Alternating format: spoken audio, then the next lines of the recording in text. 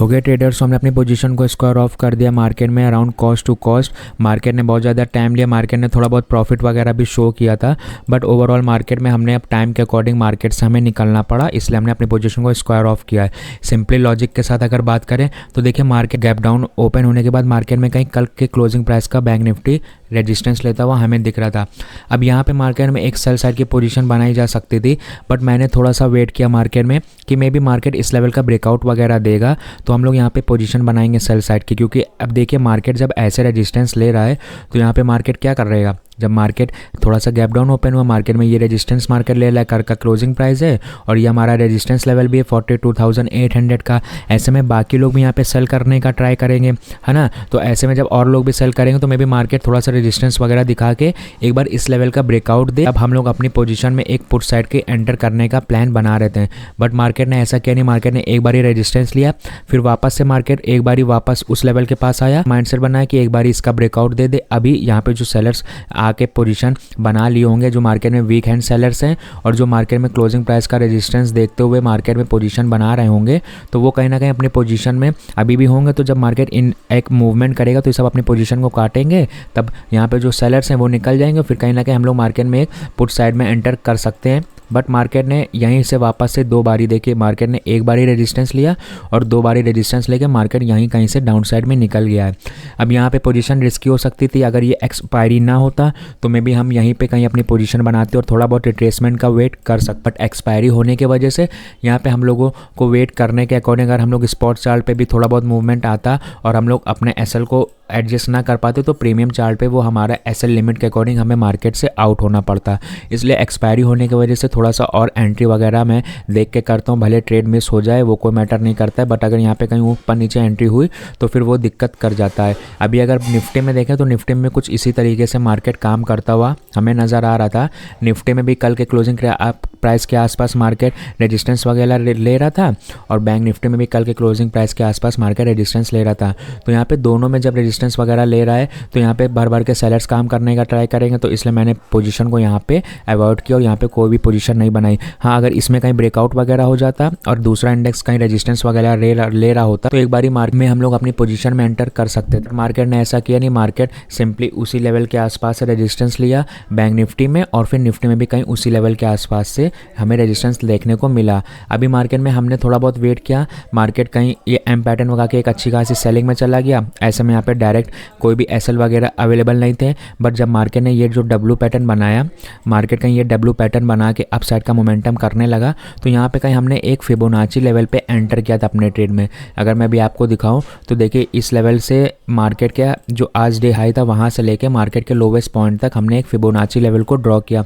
अभी जब Fibonacci level को ड्रॉ किया मार्केट में हमने, तो कहीं ना कहीं यहाँ लेवल पे हमने मार्केट में पोजीशन में एंटर किया था, तो हमने एक पोजीशन बनाई दो लॉट के साथ, जो कि हमें बाद में लॉस ही मिला उसमें।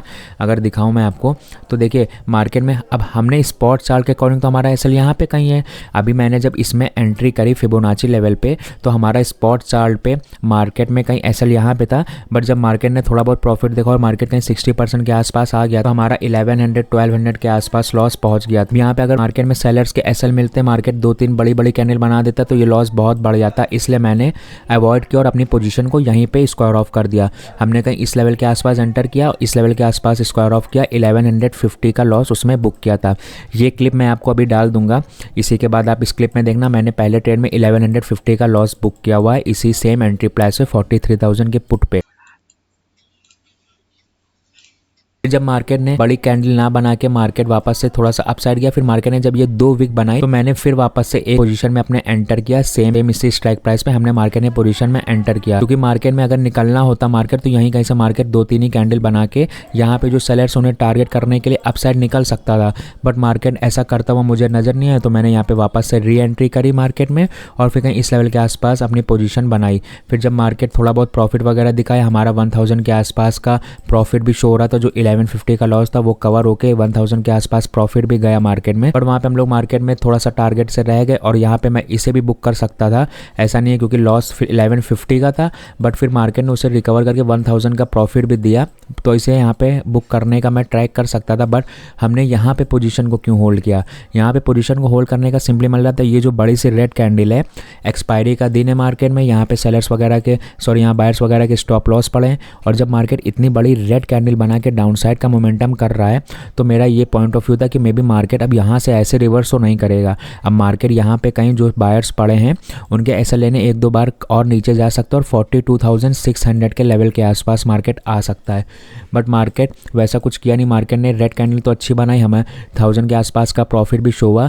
फिर मार्केट यहाँ पे कहीं बहुत देर तक का होल्ड कर गया। अगर अभी टाइमिंग देखें हम तो कहीं हमने इस लेवल के आसपास पोजीशन बनाया था 10:30 पे सेकंड वाली, और फिर हमने 11 AM तक के इसे होल्ड किया, तो आधे घंटे तक मार्केट उसी रेंज में रह गया। तो फिर यहाँ पे टाइम के अकॉर्डिंग भी मार्केट में निकलना, और फिर जब मार्केट में ये जो छोटी रेड कैंडल बना रही हैं, ऐसे में यहाँ पे सेलर्स वगैरह भी काम करने लगेंगे। ऑलरेडी ऊपर फिबोनाची लेवल पे सेलर्स आ चुके हैं और ओवरऑल मोमेंटम को देख के भी यहाँ पे सेलर्स वगैरह काम कर चुके हैं। तो यहाँ पे थोड़ी बहुत पोजीशन रिस्की हो गई थी और मार्केट में प्रॉफिट वगैरह भी ना बढ़ रहा था, ना प्रॉफिट वगैरह ज़्यादा कुछ घट रहा था। थोड़ा बहुत 200-300 जा रहा था, फिर वापस से ब्रेक इवन आ रहा था, फिर 200-300 लॉस आ रहा था। इसलिए टाइम के अकॉर्डिंग और मार्केट की साइकोलॉजी को समझते हुए आज हमने मार्केट से कोई भी फाइट नहीं किया। हमने अपना जो लॉस बुक किया था वो हमें वापस से रिकवर भी होता हुआ दिख गया, और मे भी फिर वापस से हमने अपनी पोजीशन को स्क्वायर ऑफ कर दिया। यहाँ पे फिर जब हमने पोजीशन को स्क्वायर ऑफ किया, थोड़ा बहुत मार्केट अपसाइड निकल गया था, बट वो रिग्रेट की बात नहीं है बाद में अभी, क्योंकि मार्केट यहाँ पे थोड़ा बहुत होल्ड कर रहा था, यहाँ पे होल्ड कर रहा था, यहाँ से कहीं अपसाइड का मोमेंटम वगैरह कर देता तो वापस से जितना लॉस हमने मॉर्निंग में बुक किया था उससे ज़्यादा ही बुक करना फिर पड़ जाता, तो वो लिमिट के अकॉर्डिंग भी अच्छा नहीं होता। तो इस तरीके से हमने मार्केट में ट्रेड्स बनाए थे। हमने सेमी स्ट्राइक प्राइस पे एंटर किया हुआ है, हमने कहीं 43,000 की पुट को लिया था मार्केट में। फर्स्ट हमने मॉर्निंग में यहाँ पे कहीं इस लेवल को देख के एंटर किया, एंड देन मार्केट में सेकंड हमने इसलिए स्क्वायर ऑफ किया क्योंकि अगर यहाँ पे 2 से 3 बड़ी बड़ी कैंडल बन जाती तो ये बहुत ज़्यादा लॉस हमें दिखने को मिल जाता। इसलिए 1100 के आसपास जब मार्केट ने लॉस शो किया तो मैंने उसे बुक कर लिया कि अगर वापस से हमें अपॉर्चुनिटी मिलेगी तो हम लोग कहीं ना कहीं फिर से वापस से एंट्री करेंगे।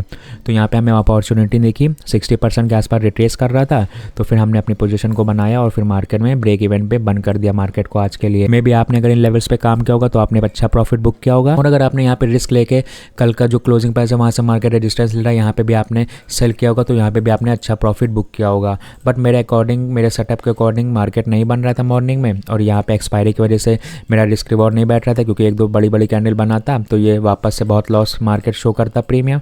तो इस वजह से मैंने अवॉइड किया, मैंने कहीं लेवल वगैरह पे काम किया, और यहाँ पे भी थोड़ा बहुत प्रॉफिट वगैरह हो जाता अगर और होल्ड किया जा सकता था। बट टाइम के अकॉर्डिंग मार्केट में निकलना पड़ता, और जहाँ पे मार्केट बहुत देर तक वहीं पे होल्ड कर जाए तो वहाँ पे रिस्क ज़्यादा बढ़ जाता है। भले प्रॉफिट नहीं हुआ पर लॉस भी हमने मार्केट में बुक नहीं किया है। तो कुछ इस तरीके से हमने मार्केट में काम किया है। निफ्टी वगैरह को देखें तो निफ्टी वगैरह भी कोई एक रेंज वगैरह में बंद हो चुका है, और बैंक निफ्टी भी कुछ इसी तरीके से थोड़ा बहुत अब अपसाइड का मोमेंटम करता हुआ नजर आ रहा है। यहाँ पे जो सेलर्स बैठे हैं उन्हें मार्केट निकालता हुआ नजर आ रहा है। तो कुछ इस तरीके से हमने मार्केट में काम किया। अगर वीडियो अच्छी लगी हो तो लाइक करें, चैनल को सब्सक्राइब करें। Thanks for watching.